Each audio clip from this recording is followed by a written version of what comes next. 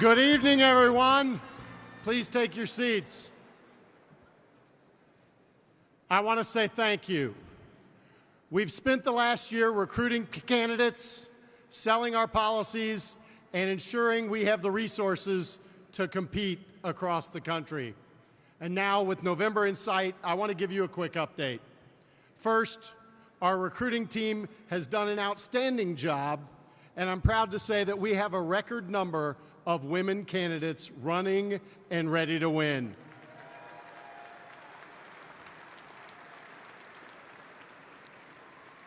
Second, good policy is good politics. That's why I'm proud we passed our historic tax cuts. This legislation's already seeing positive results in the form of better take-home pay, bonuses, and more perks for workers. But in the long run, it will enable companies to be more competitive and grow our economy. And of course, thanks to many of you in this room, we've raised record amounts of money for our cause. In 2017, we raised more money than ever in a non-election year. And we're already, thanks to Tom Emmer and others, on a record-breaking pace for 2018. Give yourselves a round of applause.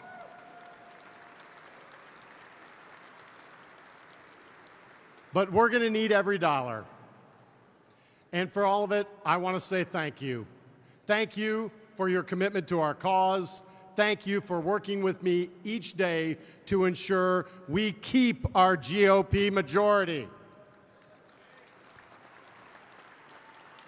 I want to especially thank President Trump, Vice President Pence, Speaker Ryan, Leader McCarthy, and Whip Scalise for all that they have done. I also want to thank our March dinner chairman, Tom Emmer, for his great leadership. Under Tom's leadership, we raised a record $32 million. Let's give Tom and his team a big round of applause.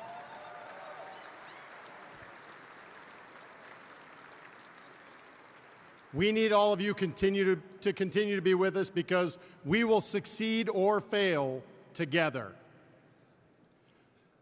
We need to be determined to hold this House majority, and I'm asking for your help. Are you with us? Thank you for all you've done. On to victory in November, everybody.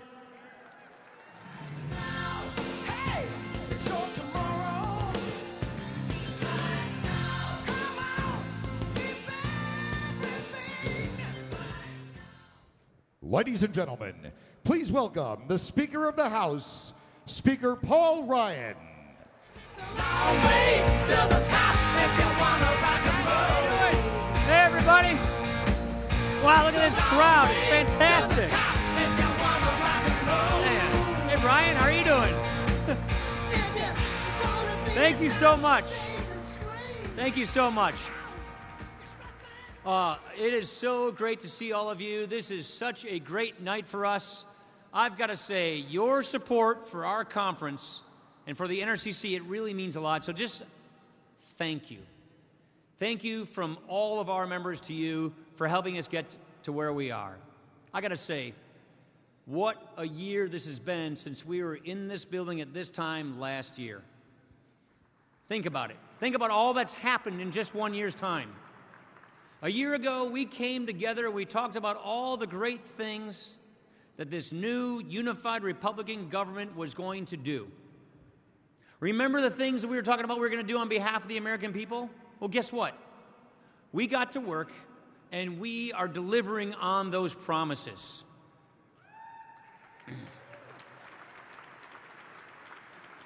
As we advance our agenda to help more Americans reach new heights, you can feel a sense of pride and confidence working its way back into our country. More people are looking up about their futures. More people are feeling better about achieving things that they thought might be impossible. In our growing economy is the best sign of this. After years of just trudging along, We're finally seeing the kind of results that we promised would happen if the American people just gave us the chance to lead. And lead we have. For months, we heard how hard it would be to reform the tax code for the first time in 31 years. And it was. Just ask Kevin Brady. He had a full head of hair when we got started on this project. But we knew that getting this done, we knew what it would mean for the American people. And the Tax Cuts and Jobs Act has given the economy exactly what it needed to grow. 6 million people, 6 million workers. 6 million workers have received bonuses thanks to this law. These are real dollars that working families can put toward the things that they need. Companies have raised wages. People's paychecks have gotten bigger. And now Americans can keep more of their money at the end of the day. I talked to one employer just yesterday who told me that because of this new tax law, he's bringing back overseas his large company, $8 billion.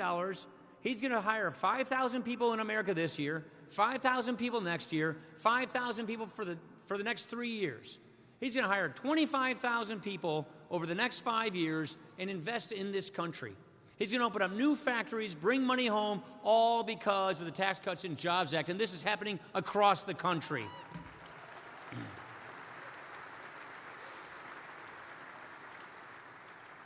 When we discussed with you last dinner what we were planning, we talked about how we had an opportunity to do big things. Well, this was a big thing.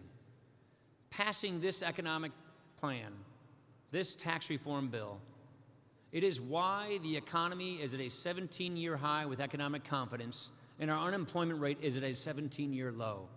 American people are beginning to see that they now have opportunities within their grasp that they didn't think they'd have. But tax reform is not the only thing that we have done. We've repealed or reversed a record number of job-killing regulations that were holding our economy back. And now we are unleashing the freedom and creativity of business owners to hire, to expand, to achieve more in this growing economy. And after a systemic effort by the previous administration to gut our military, we are on the cusp this week of rebuilding our military, and we're going to get our great defense secretary the budget he needs to ensure that our men and women serving us in harm's way have the equipment and the resources they need to keep our country safe. That is a promise made, and that is a promise that is now being kept. On top of all that we have done, we still need to do more. We still have more of our agenda that we're going to be achieving. We need to give the American workers the tools that they need, the education that they need to thrive in today's economy. We also need to make new advancements in our infrastructure programs that we sorely need. And the President just talked about this in New Hampshire the other day, and we are making good on this. We are taking the fight against this awful opioid epidemic that is destroying families and communities across this country. These are things that we're getting done. These are solutions that we're bringing to the table. This is the core of what we have done. It's what we're working on, and it's how we are restoring the confidence among the American people. Now, we need to sell this message. We have upended the status quo in such profound ways that we are actually improving things for our constituents, that we're actually materially making a difference in people's lives, and at the end of the day, that is why we are in these jobs. We need to line up the choice for our constituents and make it clear for them. If you re-elect us, we will continue to push this economy higher, we will take control from Washington and return it to the states, and we will empower people with the freedom and the ability to reach their full potential. That's what the Republican Party stands for, that's what our agenda delivers, and that is what is happening in America.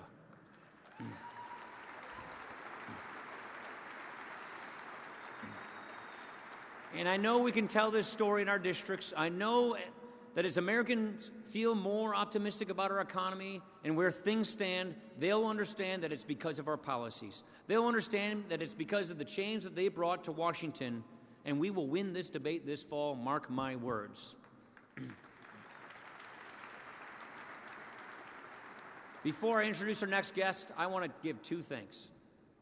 I want to give one thanks to Brigadier General Steve Stivers, our NRCC chairman. I can't say enough about Steve Stivers. He had big shoes to fill in replacing Greg Walden, and he has done a phenomenal job, and his enthusiasm has propelled the NRCC forward. Thank you, Steve Stivers. I also want to thank Tom Emmer. I want to thank Tom Emmer, even though he's a Minnesota Vikings fan, for serving as chairman of this dinner. He can have a good year every now and then. Tom's a great member of our conference. He's been critical in making tonight such a success, the record-setting night. Thank you very much, Tom Emmer.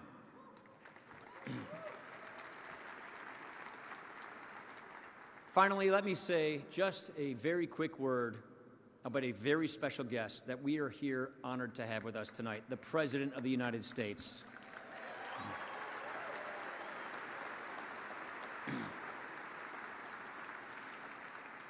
You know, since taking office, Donald Trump has held true to what he said he was going to do on the campaign trail.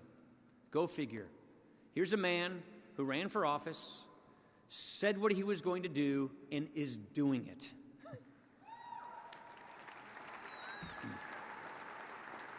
He promised the forgotten men and women of this country that they'd be forgotten no longer, and that is the mantra that has guided him every single day in the White House. He worked arm in arm with us to cut taxes for working families. He's joining us in rolling back regulations that were stifling American ingenuity, and he's bringing back America's military so that it's the strongest that it has ever been. And just look at how this economy is doing. Look at how people are having an easier time finding work and getting ahead. The positive results speak for themselves, and the American people are reaping the benefits of this agenda. I am thrilled that he is here with us tonight. So please join me in welcoming the President of the United States, Donald Trump. And I'm proud to be an American, where at least I know I'm free. And I won't forget the men who died, who gave that right to me. And I gladly stand up next to you and defend her still today. 'Cause there ain't no doubt I love this land. God bless the USA. Thank you very much, everybody. What a group. What a group. Thank you.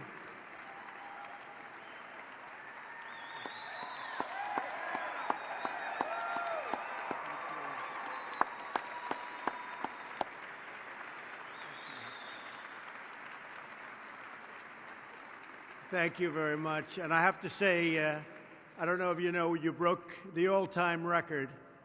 Last year was your record, and I was here too. And the year before that, you didn't do so well, and I wasn't here. You went from 18 million, which is good, not great, to 30 million last year. And this year, and I think that was some kind of an all-time record, by the way, so you have to be proud. But this year we did $32 million. So that's quite a record. And it really is wonderful to be here with so many friends and colleagues and really true and great American patriots. I want to begin by thanking our incredible House leadership team, Speaker Paul Ryan. Paul, thank you. Thank you, Paul. A wonderful man who I've gotten to know very well. What a personality, Kevin McCarthy. Where's Kevin? Where is stand up, Kevin? Thank you, Kevin. A man who's got more courage than all of us, Steve Scalise. Steve, you don't have to stand. Look at him. Kevin, he got up faster than you did. I don't know what's going on. Conference Chairwoman Kathy McMorris Rogers. Kathy? Great job. Great job, Kathy. NRCC Chair Steve Stivers, General. I didn't even know about that. I'm impressed. I don't know if I like that or your political career better, but they're both very good. Thank you, General. And tonight's dinner chair, Congressman Tom Emmer. Thank you, Tom. Thank you, Tom. Thank you, Tom. Thank you very much. Great job. 32 million. I guess you did a good job. We did it together.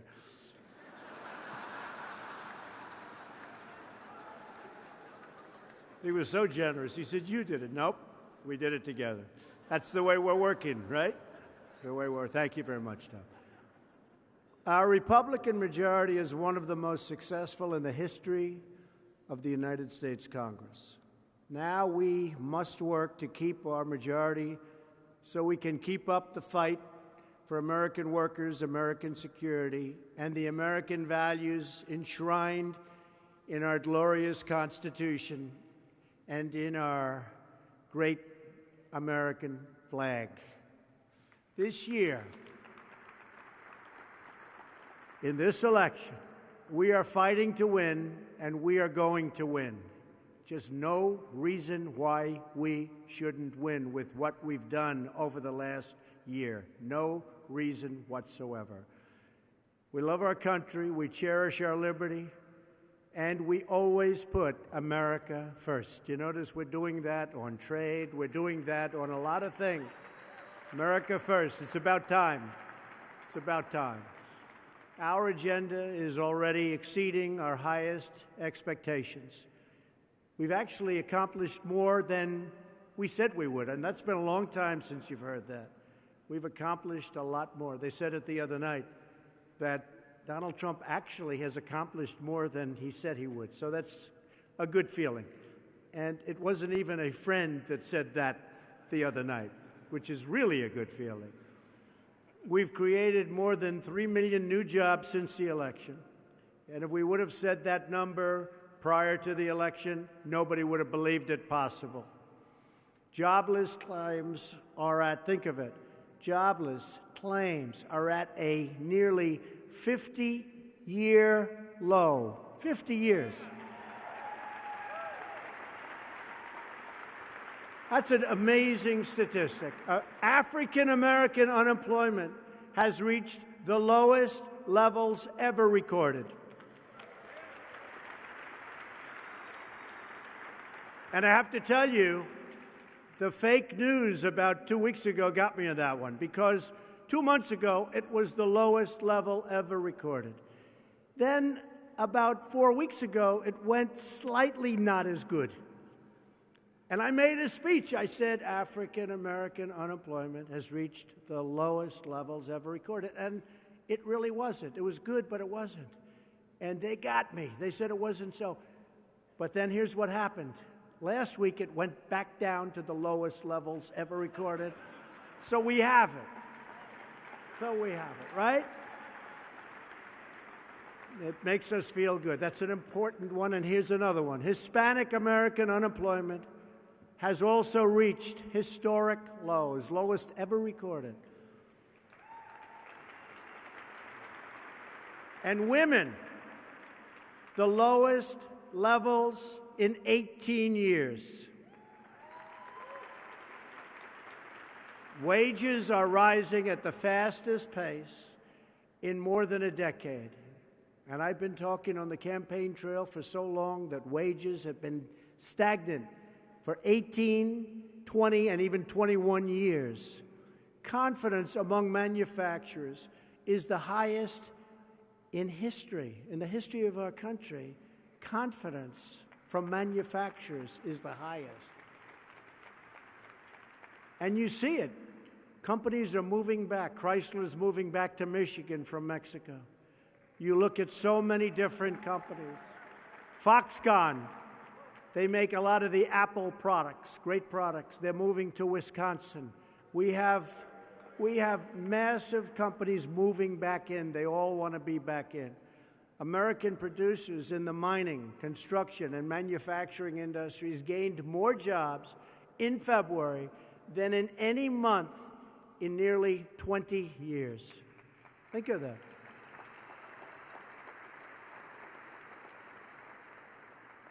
I mean, you ever hear numbers like this? And these are really numbers that we're getting right out of the manual. This is it. It's hard to believe.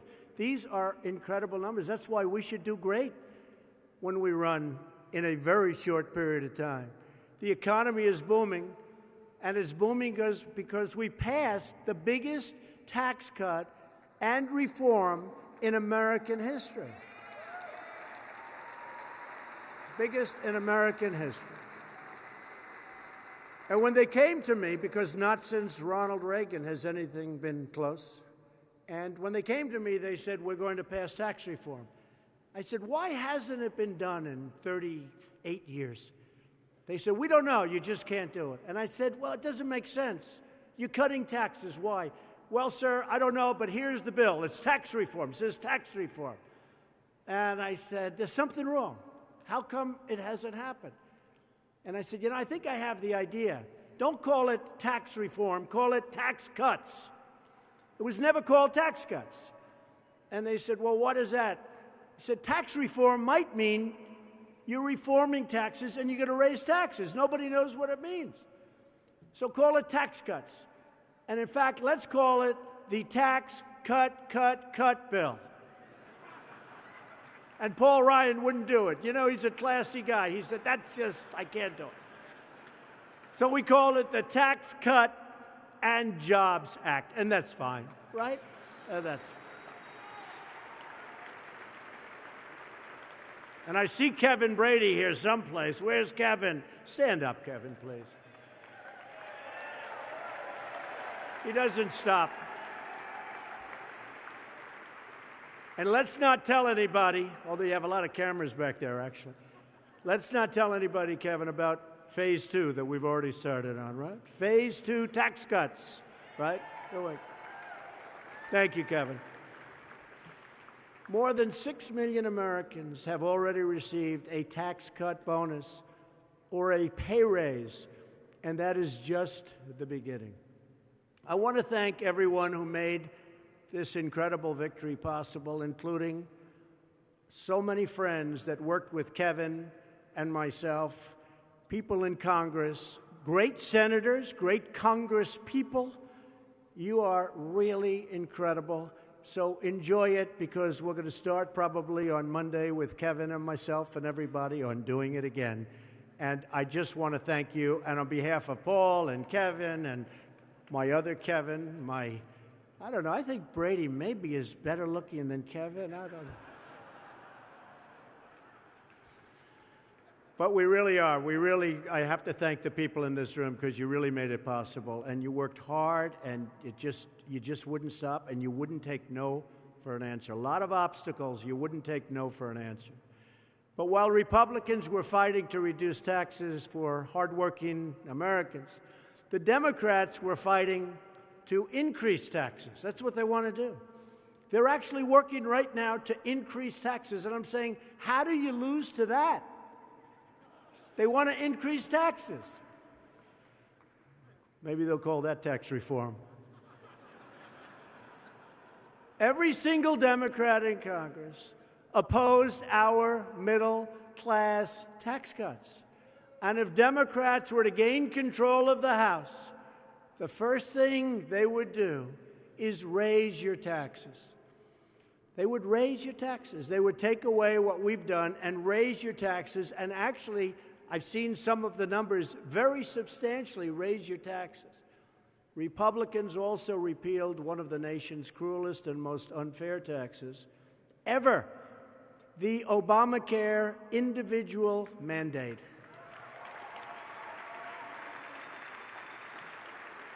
And the mandate is gone forever. And that's a beauty. You pay a lot of money not to have to pay and not to get health care.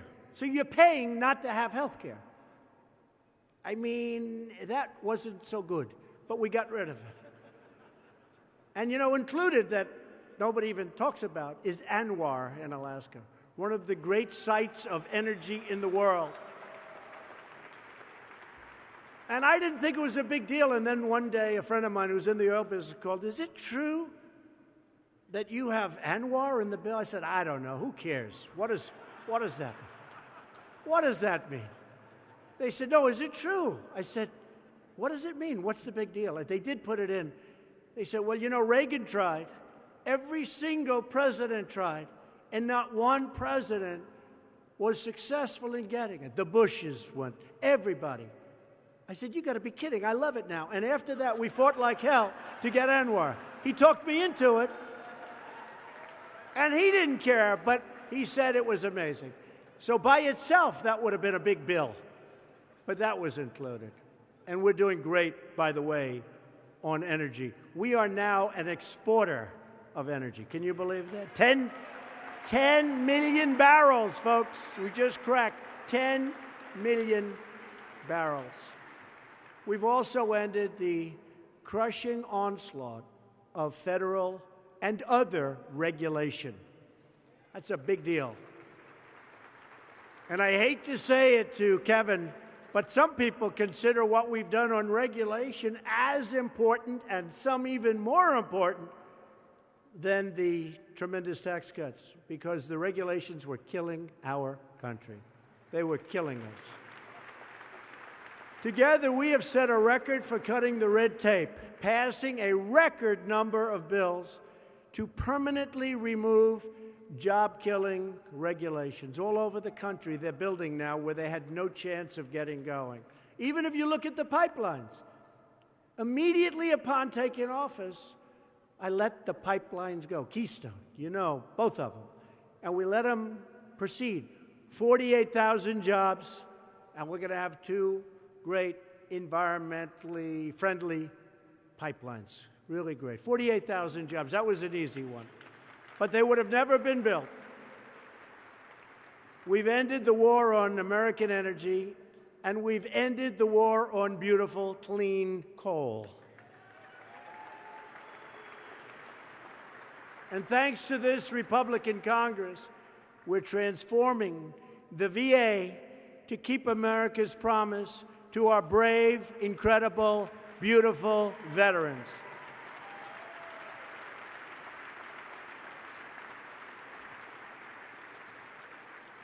And I want to thank Chairman Phil Rowe.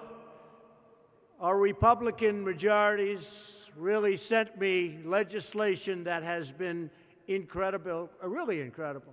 You know, we have VA accountability. They've been trying to get this for 30 years. Accountability sounds easy. But VA accountability, and we got it passed. That means that people that are very bad, they're bad in many ways, they're even sadistic. You couldn't fire people from the VA. Now, you look at them, they do a bad job, they do something wrong, they hurt our veterans. We look at them and we say, Jim, you're fired. Get the hell out of here.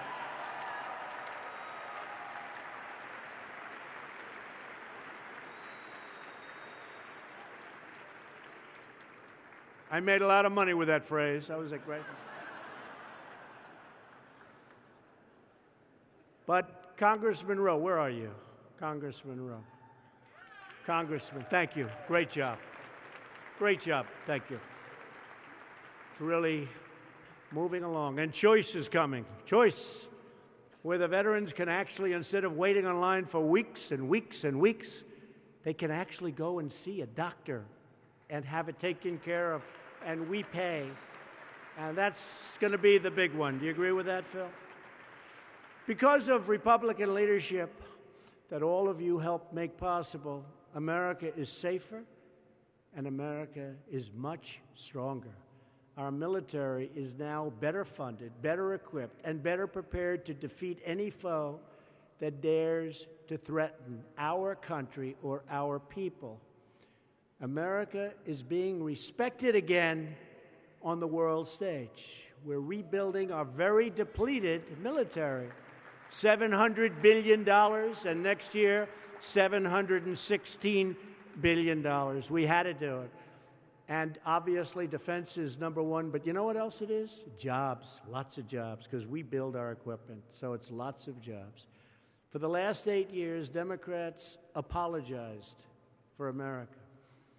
Republicans, on the other hand, are standing up for America. Right?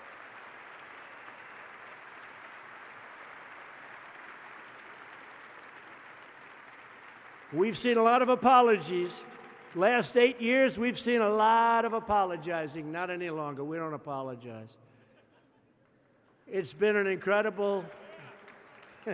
Took a little while to figure that one out, huh?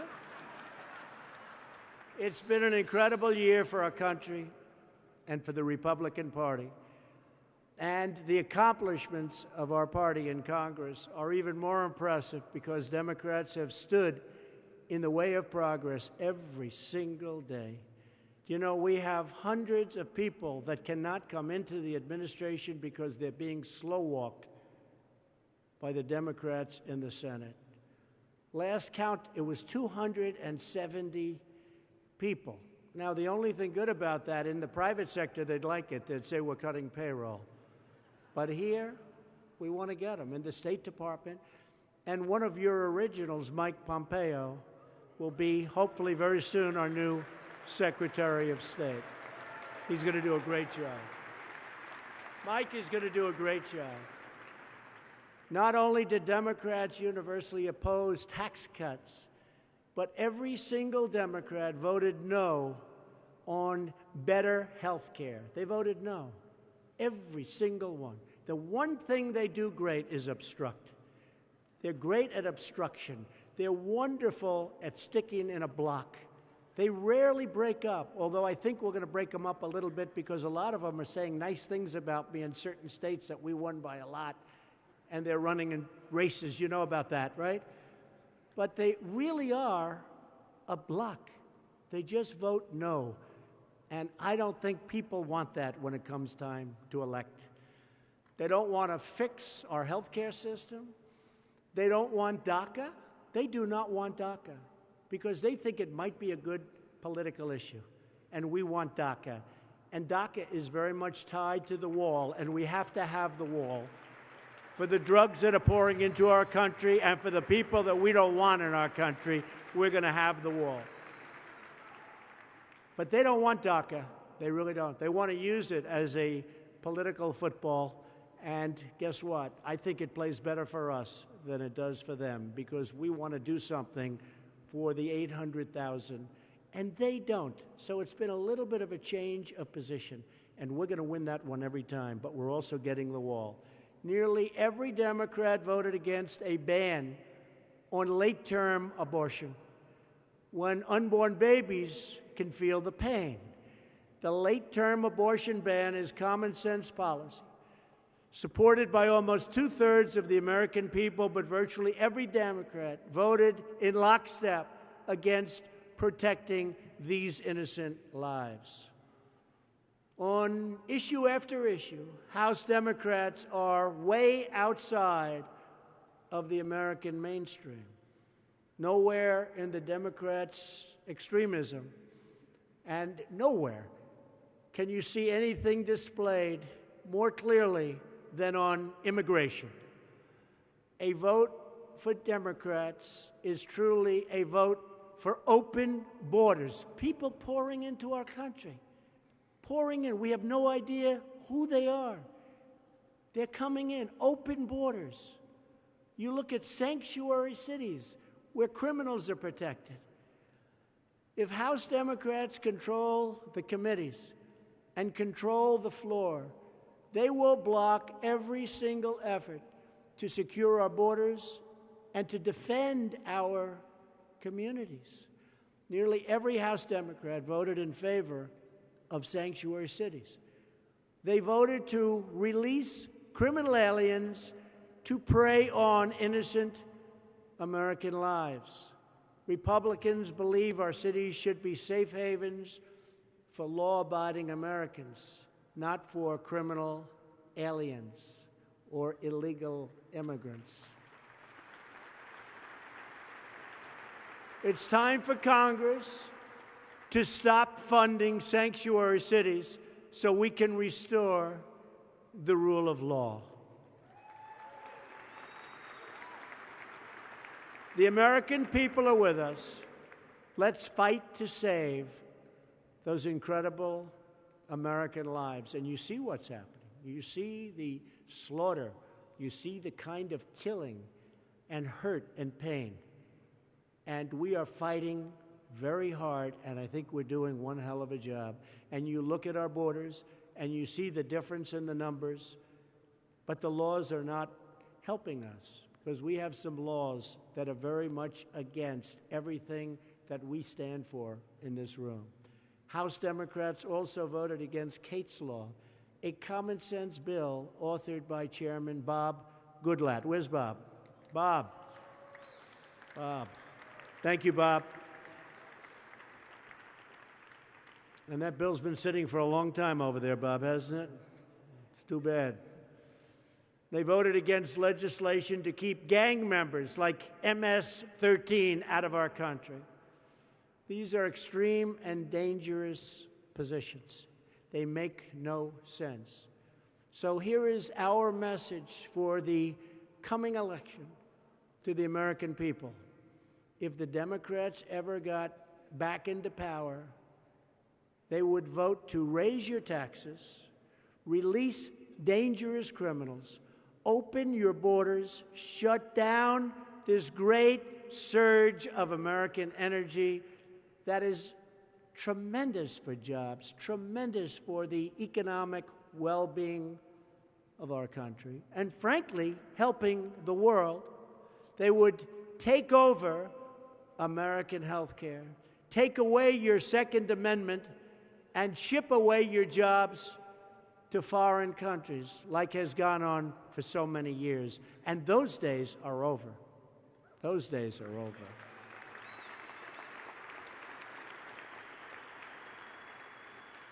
The world, including our friends, has been taking advantage of the United States of America. We can't allow that to happen anymore. We just can't. We want our jobs to be here. We want our great factories, our great plants to be here. We don't want people fired and watch a company leave our country, make a product somewhere nearby, ship it back into our country, not be taxed, and all we get out of it is unemployment and pain. Not going to happen anymore. That's why so many companies are moving back. They're moving back, first time in many, many decades. That's why we need strong Republican majorities.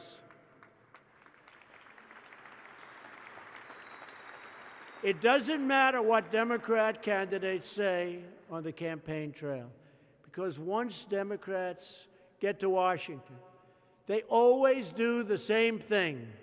They vote for the liberal Pelosi agenda down the line, straight down the line, every single time. They will never vote for us. They will never vote for what's right.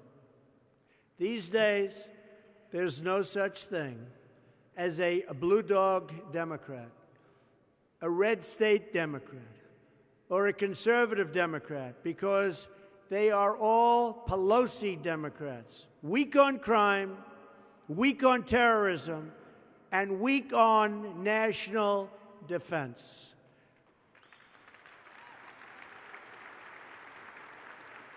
And on terrorism,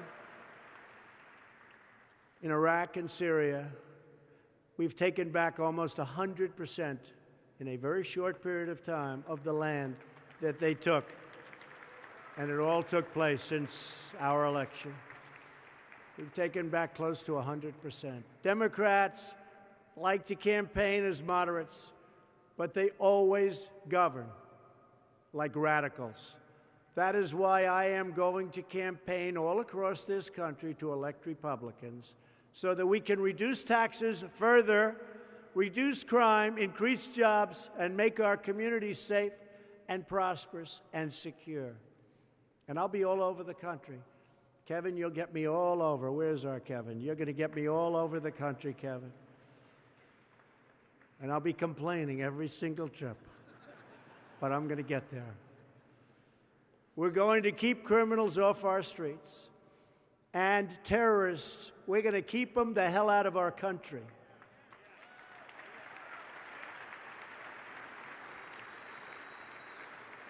Our opponents are fielding the most candidates they've ever had in a quarter century. Many have not held office before, which means it will be easier for them to conceal their true beliefs. You're not going to know anything about these people. That's why we must tell the truth over and over again. A vote for a House Democrat is a vote for higher taxes, open borders, and the destruction of American jobs and American wealth. It's also the destruction of the American dream. It's a dream, and they're destroying that beautiful dream. But to win, we have to outwork the opposition. For some reason, when a party wins the presidency, incredible, what happens is they lose 2 years later. And I know what happens. I figured, I could never understand. Like 95% of the time, they end up losing the midterms. It's called complacency. Nobody's explained it. I couldn't understand why. You win the presidency, you think you'd have, and we do record business. The economy's maybe the best it's ever been. Ever. I think ever. How has it ever been better? The stock market is at an all-time high. Jobs are the number one, 154 million jobs. That is the most jobs in the history of our country we have right now. The most jobs. We need more people, if you can believe it. We're going to have an incredible expansion. But it's called complacency because you win the presidency. You work so hard. Look how hard we worked. You work, and you win. And now you take it easy a little bit. Oh, I'm so happy we won. That was so hard. And then a year goes by, and now all of a sudden you're running again. And you get complacent, and you lose. But then what happens? Oh, boy, are we gonna win in 2020? But we have to worry about 18 before we worry about 20. But there is a complacency, and I can understand it. It's natural, human trait. But we cannot be complacent. We can't. We have so much to gain, and this country has so much to lose. So we have to remember. We have a short period of time now. We have to remember. And the other thing is, we had 5 races up until last week. And of the 5 races, we won all 5. These people back here expected us to lose a couple of those races, maybe more than that. We won. They didn't know what to do. So they said, we didn't win by as much as we were supposed to. And by the way, if we won by more, they would have found a reason. So we're fighting the press, we're fighting the media, we always will, for whatever reason. But we're 5-0, and then we lost by 300 votes the other night, right? 300 out of 220-some-odd thousand votes. 300 votes. And I will tell you, though, that area in Pennsylvania and all of Pennsylvania and all other states, they're energized.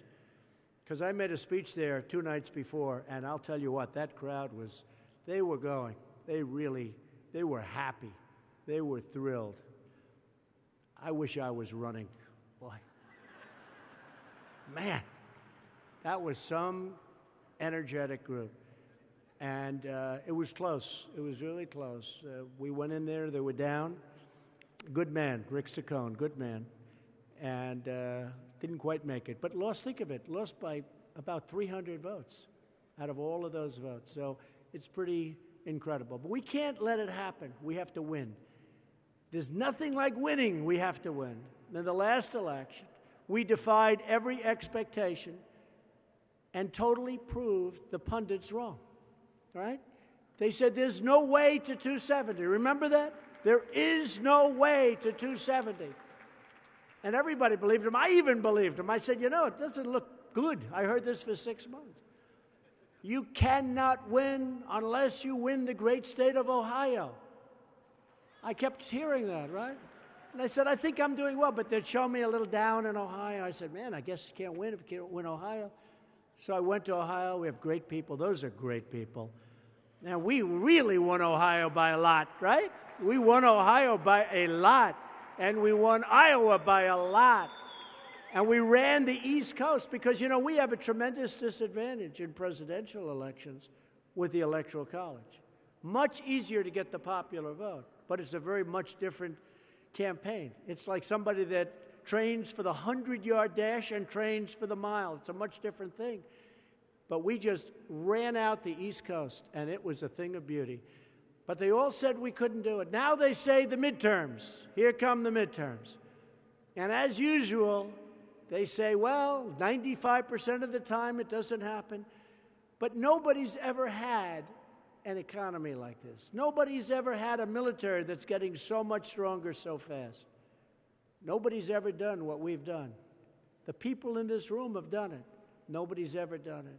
We sent a message straight to the media, to the lobbyists, and to the power brokers that this city doesn't belong to you. It belongs to the American people. That's what the message was. Now, I shouldn't say it to the people in this room, because, you know, a couple of you are a little marginal about this. But I came up with this expression. It's called drain the swamp, right? Drain the swamp. And I hated it. No, I hated it. And it was a speech during the campaign, and it was a term that was actually given to me. Usually I like to think I'm up myself, but this was given to me, which bothered me too. I never liked that.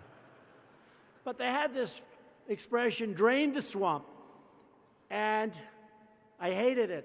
I thought it was so hokey. I said, that is the hokiest. Give me a break. I'm embarrassed to say it. And I was in Florida with 25,000 people going wild. And I said, and we will drain the swamp. The place went crazy. I couldn't believe it. And then the next speech, I said it again. And they went even crazier. We will drain the swamp. I hate that, especially these people right here. They're saying, oh, please don't say this, Mr. President. Don't worry. Close your ears. We will drain the swamp. And every time I said it, I got the biggest applause. And after 4 or 5 times, I said, boy, what a great expression. I love saying it. You know? It's amazing. It really is amazing. But this city does belong to loyal, hardworking, tax-paying Americans. And with your help, with the help of the hard work of everyone in this room, and you do work hard, it's a tough job. Politics is nasty. I used to say the toughest people are real estate developers in New York City. And now I say, you guys are babies. They come to see me. Hi, Don. I say, you are nothing. These politicians are brutal. We got a leak. We got a this. We got a that. We got a horrible false story on the front page of every newspaper. No. Real estate developers are no longer the toughest people. Politicians in Washington are the toughest people. It's not even close. But we're going to defy the predictions once again. We will keep the House majority.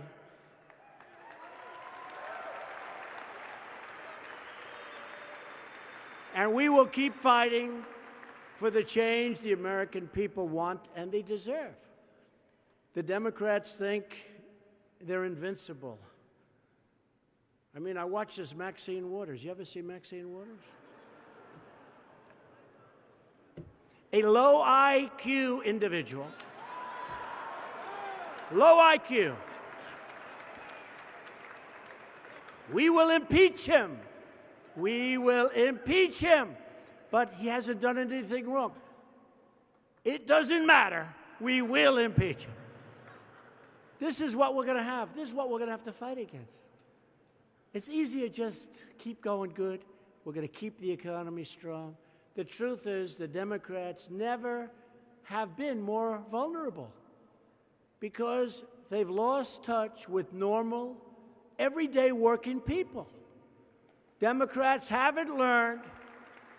They still think the loyal citizens who care about jobs and borders and security are deplorable. You know, when Hillary made that speech, she said deplorable. I thought it was bad, but I didn't know it was going to be that bad. But the problem is she said so many of my people were deplorable. And you know, the next day I made a speech, and everybody's wearing I am deplorable. I said, there's something going on here. That was not a good word to use. You have to be careful in politics, right? That was not a good, and I would say her last statement about women, they have to get approval from their husbands, their sons, and their male bosses to vote for Trump. That was not a good statement. Not good.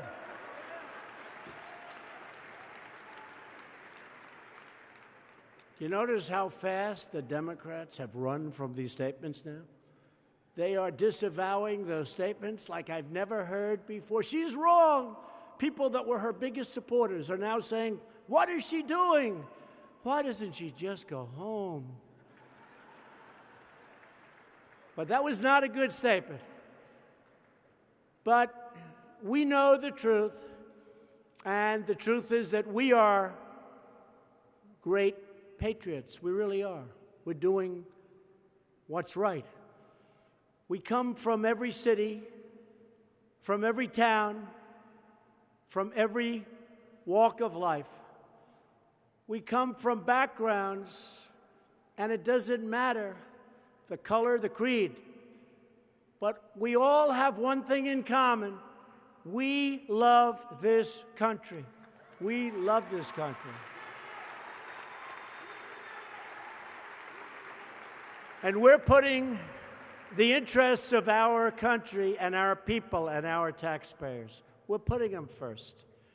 This election is not merely about which party is in charge in Congress. It's about whether the American people will be in charge of their government. The choice cannot be any clearer. It's never been this clear. It's never, think of it. It's never been this clear. The Democrats used to be somewhat in the middle, and now they're so far right, meaning that's where they're going to be. But the Democrats used to be right here, and now what happened is they just moved. They're going so far to the left-hand side of the equation, I don't know whether or not it's going to even be possible for them to do well. But for some reason, they'll probably do okay. We can't let that happen. They have gone so far left. We have to go a little bit further right. We're doing very, very well, and I think you're going to have something very, very special take place in a short period of time. While congressional Democrats delay, and they obstruct, and they resist, Republicans actually deliver. There's never been a group that have delivered like we've delivered, especially in the first year of an administration. We're creating jobs for everybody, for the African American population. They're thanking me. They're thanking me. Hispanic Americans, all Americans. But they're really thanking us. While Democrats denigrate our history, Republicans believe young Americans should be taught to have pride in America's achievements and to treasure our truly incredible heritage. While Democrats hand over our rights to international organizations, we defend our sovereignty, and we defend our Constitution, and we defend our American flag. We're the ones defending it. And while Democrats sit on their hands, Republicans stand with law enforcement. These are great people. We stand with working families, and we always proudly stand for our national anthem.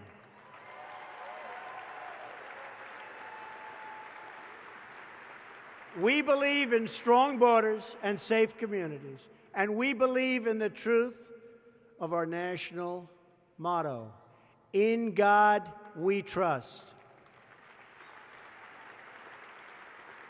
Our victories are Americans' victories because the Republican Party is now the party of the American worker, the American family, and the American dream. Our mission is to serve the needs, the desires, and the highest ambitions of the American people. And that's what we're doing. And we're really doing a great job of it. We work for them. Their hopes are our hopes. Their dreams are our dreams. And their future is what we are fighting for each and every day. With your help and with our Republican majorities in Congress, we will carry the hopes and dreams of the American people all the way to victory in November. So important, so important. And together, we will build a future of safety, security, prosperity, and freedom for all of our citizens. We will never give in. We will never give up. And we will never, ever stop fighting to make America great again. And that's what's happening. Thank you. God bless you. And God bless America. Thank you, everybody. And congratulations on this evening. Thank you very much. Thank you. Thank you.